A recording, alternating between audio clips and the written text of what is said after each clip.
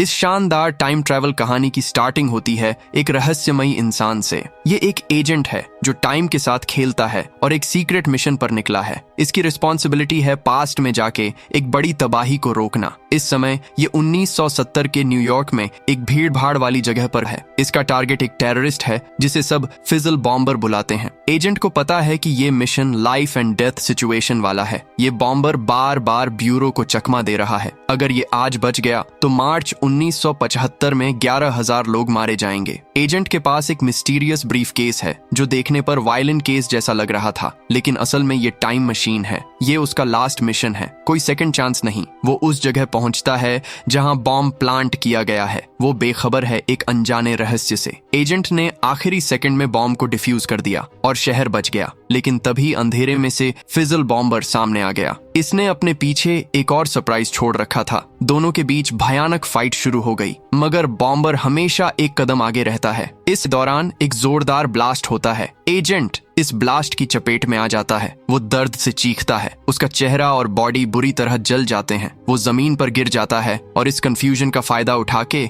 वो terrorist fizzle bomber एक बार फिर अंधेरे में गायब हो जाता है। ब्यूरो का सबसे बड़ा दुश्मन फिर से हाथ से निकल गया। एजेंट की सांसें तेज हैं, बचने के चांसेस बहुत कम। तभी एक अनजान शख्स वहां आता है और एजेंट को सहारा देकर किसी तरह उसकी टाइम मशीन तक पहुंचाता है। दर्द में डूबा एजेंट किसी तरह उस डिवाइस को एक्टिवेट करता है और खुद को सीधे 1992 में भेज देता है। वो मौत के मुंह से तो निकल आया, लेकिन अपनी पहचान हमेशा के लिए खो चुका है। एजेंट अब 1992 में एक हॉस्पिटल के बेड पर है। 1970 के उस ब्लास्ट में वो बच तो गया, लेकिन उसकी पहचान लगभग मिटा दी। उसका चेहरा और बॉडी बुरी तरह जल चुके हैं। अब उसके पास एक ही रास्ता है, प्लास्टिक सर्जरी। ये सर्जरी सिर्फ घावों को ठीक करने के लिए नहीं है, ये एक नई जिंदगी, एक नई पहचान की शुरुआत है। जब आप टाइम ट्रैवल करते हैं तो आपकी आइडेंटिटी बहुत इंपॉर्टेंट होती है। जले चेहरे के साथ ये बात छुपाना नामुमकिन था। डॉक्टर्स ने कई घंटों की मेहनत के बाद उसके चेहरे को पूरी तरह से फिर से बनाया है। जब वो पहली बार शीशे में अपना नया चेहरा देखता है तो ये उसके लिए एक शॉकिंग मोमेंट होता है। वो अब पुराना एजेंट नहीं रहा, उसे एक नया लुक मिला है। इसी रिकवरी के दौरान हमें पहली बार उस ऑर्गेनाइजेशन के बारे में पता चलता है जिसके लिए वो काम करता है। ये है टेम्पोरल ब्यूरो। ब्यूरो जो हमेशा परफेक्शन में विश्वास रखता है, अब इस बदले चेहरे वाले एजेंट को रिटायर करने की तैयारी कर रहा है। लेकिन क्या ब्यूरो उसे शांति से रिटायर होने देगा? क्योंकि फिजल बॉम्बर अभी भी फ्री है और 1975 का वो भयानक ब्लास्ट जिसे एजेंट नहीं रोक पाया था, अभी भी हिस्ट्री में लिखा जा चुका है। एजेंट को अब एक नया असाइनमेंट मिलेगा, लेकिन इस नए चेहरे के साथ वो एक अंतिम जाल में फंसने वाला है। सोचिए, अगर आपके पास ये पावर हो कि आप किसी भी दुर्घटना, किसी भी मर्डर या किसी भी मैसिव टेरर अटैक को होने से पहले रोक सकें। टेम्पोरल ब्यूरो यही काम करता है। ये लोग अपने एजेंट्स को पास्ट में भेजते हैं और हिस्ट्री को साफ करते हैं ताकि फ्यूचर बेहतर हो सके। इस ब्यूरो के एजेंट्स को टेम्पोरल एजेंट्स कहा जाता है। ये लोग एलिमिनेटर्स होते हैं जो खतरे को उसकी जड़ से खत्म कर देते हैं। लेकिन इतना सब होने के बाद भी उनका एक दुश्मन ऐसा है जो हर बार उनके टाइम ट्रैप से बच निकलता है, वही फिजल बॉम्बर। इस बॉम्बर ने ब्यूरो को इतना परेशान कर रखा है कि वे उसे अपना सबसे बड़ा टारगेट बना चुके हैं। ब्यूरो के कुछ नियम बहुत सख्त हैं। एजेंट्स को रिटायर होना ही होता है ताकि टाइमलाइन में कोई प्रॉब्लम ना आए, और हमारे हीरो की रिटायरमेंट अब ड्यू है। लेकिन फिजल बॉम्बर अभी भी फ्री है और 1975 के उस भयानक ब्लास्ट की यादें ब्यूरो को चैन से बैठने नहीं दे रही। इसलिए उन्हें इस नए चेहरे वाले एजेंट को एक और फाइनल चांस देना होगा, एक ऐसा मिशन जो उसकी पूरी जिंदगी का फाइनल चैप्टर होगा। अभी तक हमने सिर्फ फिजल बॉम्बर नाम सुना है, लेकिन ये नाम टेम्पोरल ब्यूरो के लिए सिर्फ एक दुश्मन का नाम नहीं है, ये प्रोफेशनल फेलियर का दूसरा नाम है। टेम्पोरल ब्यूरो समय को कंट्रोल करता है, लेकिन बॉम्बर एक ऐसा टाइम ट्रैवलिंग क्रिमिनल है जिसने हर बार ब्यूरो को चकमा दिया है। वो गोस्ट की तरह है, कोई चेहरा नहीं, कोई पहचान नहीं। यही वजह है कि वो ब्यूरो के हिस्ट्री में एकमात्र अपराधी है जिसने उन्हें हराया है। बॉम्बर की असली क्रूरटी 1975 में सामने आई थी, न्यूयॉर्क सिटी। बॉम्बर ने वहां एक भयानक बॉम्ब ब्लास्ट किया जिसने एक ही झटके में 11,000 बेगुनाह लोगों को मार डाला। ये हिस्ट्री की सबसे बड़ी ट्रेजेडी थी। एजेंट ने 1970 में बॉम्ब तो रोका, लेकिन वो बॉम्बर को पकड़ नहीं पाया, और शायद उसी वजह से 1975 का वो भयानक हादसा हो गया। ब्यूरो का पूरा सिस्टम उस इंसिडेंट के बाद हिल गया। बॉम्बर की एक और खास बात, वो अपने पीछे कोई सबूत नहीं छोड़ता। उसके मोटिव भी साफ नहीं। कुछ का मानना है कि वो एक पॉलिटिकल टेररिस्ट है, जबकि कुछ का मानना है कि वो सिर्फ केओस फैलाना चाहता है। लेकिन अब हमारा नए चेहरे वाला एजेंट जो 1992 में ठीक हुआ है, उसे बॉम्बर की पूरी जानकारी दी गई है। उसे पता है कि उसका अगला मिशन कितना रिस्की है, क्योंकि अब ये सिर्फ नौकरी नहीं रही, ये बदला भी है, उन 11,000 लोगों का बदला। ब्यूरो ने एजेंट को रिटायरमेंट से पहले एक आखिरी मिशन दिया, एक ऐसा मिशन जो बॉम्बर को हमेशा के लिए ट्रैप कर सकता है। ये मिशन 1970 के दशक में एक बारटेंडर के रूप में काम करना है। सोचिए, एक हाई प्रोफाइल टेम्पोरल एजेंट जिसने समय के साथ लड़ाई लड़ी, अब एक बारटेंडर है। ये डिस्गाइज है। वो न्यूयॉर्क सिटी में एक सीक्रेट बार में काम करेगा, जहां वो इंफॉर्मेशन कलेक्ट करेगा और बॉम्बर की अगली चाल का इंतजार करेगा। ब्यूरो ने इस एजेंट को 1975 के उस भयानक ब्लास्ट को रोकने के लिए एक अंतिम मौका दिया है। एजेंट अब इस नए फेस और नई आइडेंटिटी के साथ 1970 में वापस आता है। वो एक बारटेंडर की जिंदगी जीता है, लोगों से बातें करता है, उनकी कहानियां सुनता है और सही समय का इंतजार करता है। एजेंट को पता है कि ये उसका फाइनल चांस है। अगर उसने इस मिशन को सक्सेसफुली पूरा कर लिया तो वो सम्मान के साथ रिटायर हो जाएगा। लेकिन उसे इस बात का जरा भी अंदाजा नहीं कि ये बारटेंडर की जॉब उसे किसी टेररिस्ट तक नहीं ले जाएगी, बल्कि उसे उसकी अपनी ही सबसे बड़ी पहेली के सामने लाकर खड़ा कर देगी। एक बारटेंडर के रूप में वो पेशेंस के साथ अपने फाइनल मिशन का इंतजार कर रहा है। वो हर आने जाने वाले कस्टमर पर नजर रखता है, इस उम्मीद में कि शायद फिजल बॉम्बर यहाँ आएगा। लेकिन एक रात एक स्ट्रेंज कस्टमर बार में आता है। ये एक आदमी है, लेकिन उसका अपीयरेंस थोड़ा अजीब है। वो कुछ इंटेलिजेंट है, लेकिन साथ ही दुखी भी दिखता है। वो ड्रिंक ऑर्डर करता है और बारटेंडर से बात करना शुरू करता है। ये कस्टमर एक राइटर है जो एक मैगजीन के लिए कन्फेशनल टेस्टिमोनियल्स लिखता है। उसका पेन नेम है अनमैरिड मदर। ये नाम सुनकर एजेंट को थोड़ी जिज्ञासा होती है। वो उससे पूछता है कि उसने ये अजीब नाम क्यों चुना। इस पर वो आदमी कहता है कि उसकी कहानी इतनी असाधारण है कि लोग यकीन नहीं कर पाएंगे और उसका असली नाम जॉन है। एजेंट एक टेम्पोरल एजेंट होने के नाते जानता है कि दुनिया अजीब कहानियों से भरी है। वो उससे कैजुअल अंदाज में अपनी कहानी बताने के लिए कहता है, बदले में उसे फ्री ड्रिंक का ऑफर देता है और वो आदमी तैयार हो जाता है। वो कहता है कि उसकी कहानी सिर्फ प्यार या धोखे की नहीं है, ये कहानी टाइम और किस्मत की है। और जैसे ही वो अपनी कहानी शुरू करता है, एजेंट को पता चलता है कि ये कस्टमर कोई आम शराबी नहीं है। उसकी कहानी में गहराई है, मिस्ट्री है और कुछ ऐसा है जो टाइम ट्रैवल के नियमों को छूता है। एजेंट जो बॉम्बर को ढूंढ रहा था, अब पूरी तरह से जॉन की कहानी में खो जाता है। उसे पता नहीं कि जॉन ही उसके फाइनल मिशन की असली चाबी है। जॉन अपनी जिंदगी की शुरुआत करता है और वो शुरुआत किसी फेरी टेल जैसी नहीं थी। वो बताता है कि उसका जन्म 1945 में हुआ था, लेकिन दुनिया में आते ही उसे त्याग दिया गया। उसे एक ऑर्फनेज में छोड़ दिया गया, जहां उसे जेन नाम दिया गया। जेन का बचपन बहुत टफ था। ऑर्फनेज में पली बढ़ी,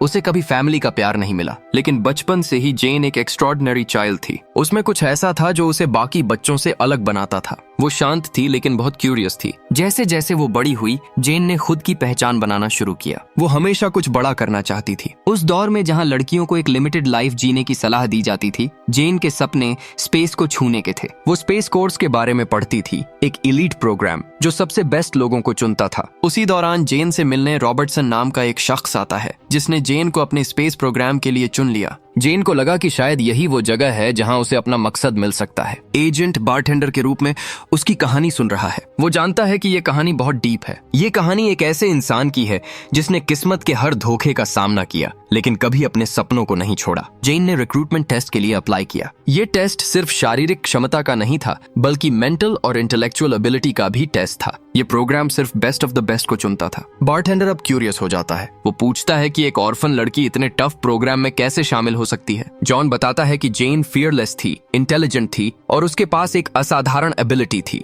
वो हर टेस्ट में एक्सेल करती है। उसकी फिजिकल फिटनेस और मेंटल स्ट्रेंथ दोनों ही टॉप लेवल की थी। ये साफ था कि जेन आम लोगों जैसी नहीं थी। जेन ने कभी फैमिली या प्यार का एक्सपीरियंस नहीं किया था, इसलिए वो इमोशनल सपोर्ट की तलाश में थी। और एक दिन अचानक उसकी लड़ाई एक लड़की से हो जाती है, जिसकी वजह से उसे प्रोग्राम से निकाल दिया जाता है। वह रॉबर्टसन को बताती है कि उसकी कोई गलती नहीं थी, लेकिन रॉबर्टसन कहता है कि वह ब्यूरो से बात करेगा ताकि उसे एक और मौका मिल सके। ब्यूरो से निकाले जाने के बाद वह एक बार फिर बिल्कुल अकेली पड़ गई थी और मजबूरी में एक घर में काम करने लगी, जैसे जिंदगी उसे फिर से एक अनजानी दिशा में धकेल रही हो। और यहीं उसकी मुलाकात एक मिस्टीरियस आदमी से होती है। वो जेन को पहली बार ट्रू लव का एहसास कराता है। जेन को लगता है कि उसकी जिंदगी में आखिरकार खुशियां आई हैं। वो उस आदमी पर पूरा भरोसा कर लेती है और दोनों के बीच एक गहरा रिलेशनशिप बन जाता है। लेकिन जैसा कि इस कहानी में हर खुशी के बाद एक ट्रेजेडी आती है, वैसा ही जेन के साथ हुआ। वो प्रेग्नेंट हो जाती है। जब जेन ने ये बात उस आदमी को बताई तो वो आदमी उसे अकेला छोड़कर गायब हो गया। न कोई फोन, न कोई मैसेज, न कोई एक्सप्लेनेशन। जेन को ऐसा महसूस हुआ जैसे उसे दूसरी बार ऑर्फनेज में छोड़ दिया गया हो। ये इमोशनल चीटिंग उसके लिए एक गहरा सदमा थी। बारटेंडर इस बात को ध्यान से सुन रहा है। वो जानता है कि ये धोखे की कहानी बहुत कॉमन है, लेकिन इस कहानी में कुछ अजीब है। अब जॉन अपनी पुरानी आइडेंटिटी के दर्द को बयां कर रहा है। उसे अनमैरिड मदर नाम अब पूरी तरह से सही लग रहा है। जेन को अकेले ही सिंगल मदर बनने की तैयारी करनी थी। जेन, जो अब अकेली है और प्रेग्नेंट भी, उस आदमी के धोखे से इमोशनल ट्रॉमा में है। उसे नहीं पता कि अब वो क्या करे। ठीक इसी टफ टाइम में जेन की जिंदगी में अचानक एक बार फिर रॉबर्टसन की एंट्री होती है। बारटेंडर ये सुनकर चौंक जाता है। वो पूछता है कि रॉबर्टसन वापस क्यों आया। जॉन बताता है कि रॉबर्टसन ने अपना वादा पूरा किया था। रॉबर्टसन ने उस समय उससे कांटेक्ट किया जब जेन सबसे ज्यादा मुश्किल में थी। रॉबर्टसन अब जेन को एक मेजर सीक्रेट बताता है। वो खुलासा करता है कि स्पेस कोर्प सिर्फ एक गवर्नमेंट प्रोग्राम नहीं था। ये असल में एक फ्रंट था, एक कवर, और इसके पीछे काम कर रहा था टेम्पोरल ब्यूरो। उनका मकसद था ऐसे असाधारण लोग ढूंढना जिनमें टाइम ट्रैवल की क्षमताएं हों। ये सुनते ही जेन को अपनी पुरानी निराशा का कारण समझ में आता है। उसकी असाधारण फिजियोलॉजी, जिसके कारण उसे डिस्क्वालीफाई किया गया था, वो असल में उसकी सबसे बड़ी ताकत थी, जिसने उसे इस ब्यूरो के लिए परफेक्ट कैंडिडेट बना दिया था। लेकिन अब जेन के पास दो बड़ी प्रॉब्लम्स हैं। पहली, वो प्रेग्नेंट है, और दूसरी, उसका बच्चा। रॉबर्टसन उस समय चुप रहा। वो जानता था कि जेन की प्रेगनेंसी एक टेम्पोरल पैराडॉक्स की शुरुआत है। जेन को लगा कि रॉबर्टसन उसे हेल्प करेगा, लेकिन उसे नहीं पता था कि उसकी प्रेगनेंसी की वजह से उसे कितना बड़ा सैक्रिफाइस देना पड़ेगा। जेन, जो अकेली है और मां बनने वाली है, अब हॉस्पिटल में है। वो उस आदमी को भूलने की कोशिश कर रही है जिसने उसे धोखा दिया। उसकी पूरी उम्मीद अब उसके बच्चे पर टिकी है। जन्म का समय आता है, लेकिन नॉर्मल डिलीवरी होने के बजाय वहां कुछ ऐसा होता है जो डॉक्टर्स को शॉक कर देता है। बारटेंडर उत्सुकता से सुन रहा है। जॉन बताता है कि बच्चे के जन्म के दौरान डॉक्टर्स ने एक भयानक सच्चाई का खुलासा किया। जेन को पता चला कि वो जन्म से ही नॉर्मल नहीं थी, वो इंटरसेक्स पैदा हुई थी। इसका मतलब है उसके बॉडी में फीमेल और मेल दोनों के रिप्रोडक्टिव ऑर्गन्स मौजूद थे। ये बात उस समय की मेडिकल साइंस के लिए एक मेजर शॉकर थी, और यहीं पर हमें जेन के स्पेस कॉर्प से डिस्क्वालीफाई होने का असली कारण पता चलता है। उसकी असाधारण फिजियोलॉजी, जो पहले मिस्ट्री थी, अब उसका बायोलॉजिकल फैक्ट बन चुकी थी। ये खुलासा जेन के लिए डबल ब्लो थी। एक तरफ वो एक बच्चे को जन्म दे रही थी, और दूसरी तरफ उसे पता चला कि उसकी खुद की आइडेंटिटी ही इतनी कॉम्प्लेक्स है। ये इंटरसेक्स खुलासा ही इस पूरी कहानी का कोर है, क्योंकि ये साबित करता है कि जेन का बॉडी किसी भी नॉर्मल नियम से परे था, और इसी बायोलॉजिकल यूनिकनेस की वजह से वो टाइम लूप के लिए परफेक्ट कैंडिडेट थी। हॉस्पिटल में जेन ने अभी अभी इंटरसेक्स होने का भयानक सच जाना है। वो इस बायोलॉजिकल शॉक से उबरने की कोशिश कर रही है। उसकी पूरी उम्मीद और प्यार अब उसके न्यूबॉर्न बेबी पर टिका है। ये बच्चा ही उसकी जिंदगी का आखिरी सहारा है। लेकिन किस्मत को कुछ और ही मंजूर था। इससे पहले कि जेन अपने बच्चे को ठीक से देख पाती, एक और भयानक घटना हुई। हॉस्पिटल की हाई सिक्योरिटी के बावजूद एक अननोन व्यक्ति चुपके से उसके बच्चे को चुरा लेता है। किसी को पता नहीं चलता कि वो आदमी कौन था या वो कहां से आया। जेन के लिए ये सबसे बड़ा सदमा था। जॉन अपनी कहानी सुनाते हुए बारटेंडर के सामने टूट जाता है। उसके जीवन में जो थोड़ी बहुत खुशी आई थी, वो भी एक झटके में मिट गई। इस भयानक घटना ने जेन को पूरी तरह से अकेला छोड़ दिया। जेन अभी भी बच्चे के किडनैपिंग के सदमे में थी। वो दर्द और निराशा में थी, लेकिन उसकी मुसीबतें अभी खत्म नहीं हुई थीं। बच्चे के जन्म के दौरान हुई कॉम्प्लिकेशंस ने जेन की बायोलॉजिकल कंडीशन को और बिगाड़ दिया। डॉक्टर्स ने जेन को बताया कि उसकी जान खतरे में है। बारटेंडर ये बात सुनते हुए अंदर से हिल जाता है। डॉक्टर्स के पास अब कोई और रास्ता नहीं था।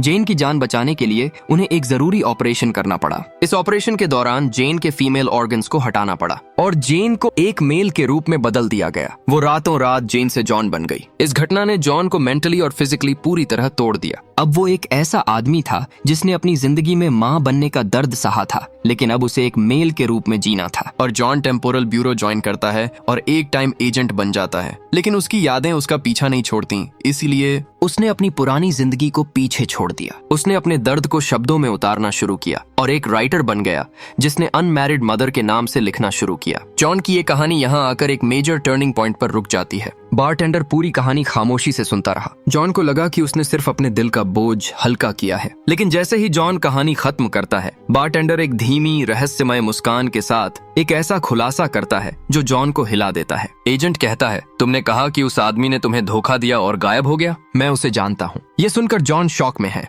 वो विश्वास नहीं कर सकता। एजेंट उसे बताता है कि वो जानता है कि उस आदमी ने जेन को क्यों छोड़ा और वो जॉन को उस आदमी को मारने का मौका दे सकता है। जॉन, जो वर्षों से बदले की आग में जल रहा था, तुरंत तैयार हो जाता है। एजेंट अपनी टाइम मशीन निकालता है। वो जॉन को बताता है कि वो उसे समय में वापस ले जाएगा जहां वो उस आदमी को ढूंढ सकता है। लेकिन इस बात में ट्विस्ट है। एजेंट ने जॉन को उस आदमी को मारने का ऑफर क्यों दिया? क्योंकि टेम्पोरल ब्यूरो के पास अपना एक हिडन एजेंडा था। एजेंट का फाइनल मिशन फिजल बॉम्बर को पकड़ना था, लेकिन ब्यूरो चाहता था कि वो इस टाइम लूप को चालू रखे। एजेंट ने अपनी टाइम मशीन को एक्टिवेट किया। जॉन और एजेंट दोनों समय में पीछे जाते हैं। उनका टारगेट ईयर है 1963। ये वही साल है जब जेन उस आदमी से पहली बार मिली थी जिसने उसे धोखा दिया था। जैसे ही वे 1963 में पहुंचते हैं, एजेंट जॉन को उस जगह ड्रॉप करता है जहां जेन मौजूद है। जॉन बदले की आग में जल रहा है। वो उस आदमी को मारने को तैयार है जिसने उसकी जिंदगी बर्बाद कर दी। लेकिन जॉन को वहां वो आदमी नहीं मिलता जिसे वो मारना चाहता था, बल्कि युवा जेन मिलती है। और यहीं पर सबसे बड़ा रहस्य खुलना शुरू होता है। जॉन को एहसास होता है कि वो आदमी कोई और नहीं बल्कि जॉन खुद था। वो आदमी जिसने जेन को धोखा दिया था, वो जॉन था जो फ्यूचर से आया था। और यहीं पर एजेंट अपना असली मिशन शुरू करता है। वो जॉन को वहां छोड़कर खुद 1970 की यात्रा करता है। क्यों? क्योंकि एजेंट ही वो अननोन व्यक्ति है जिसने 1970 में घायल एजेंट को बचाया था। एजेंट अब जानबूझकर 1970 में जाता है ताकि वो खुद को बचा सके और टाइम लूप को बंद कर सके। एजेंट 1970 में जाकर अपने पुराने घायल वर्जन को 1992 में भेजता है। और जब वो घायल एजेंट 1992 में पहुंचकर नया चेहरा पा लेता है, तब वो नया एजेंट ही बारटेंडर बनकर 1970 में आता है। यानी जॉन को जेन से प्यार करने के लिए 1963 में छोड़ दिया गया है। अब एजेंट का एक अंतिम काम बाकी है। एजेंट सीधे हॉस्पिटल जाता है। वो उस न्यूबॉर्न बेबी के पास पहुंचता है जिसे जेन ने अभी अभी जन्म दिया है। एजेंट उस बच्ची को हॉस्पिटल से उठाता है और टाइम मशीन के जरिए वापस पास्ट में जाता है। और पास्ट यानी 1945 में जाकर वह उस बच्ची को एक ऑर्फनेज में छोड़ देता है। लेकिन प्रॉब्लम अभी ओवर नहीं हुई थी। फिजल बॉम्बर का क्या हुआ? वह टेररिस्ट तो अभी भी पकड़ा नहीं गया है। और एजेंट जानता था कि फिजल बॉम्बर को पकड़ना एक्सट्रीमली इंपॉर्टेंट है क्योंकि उसने फ्यूचर में 11,000 लोगों को मारा था।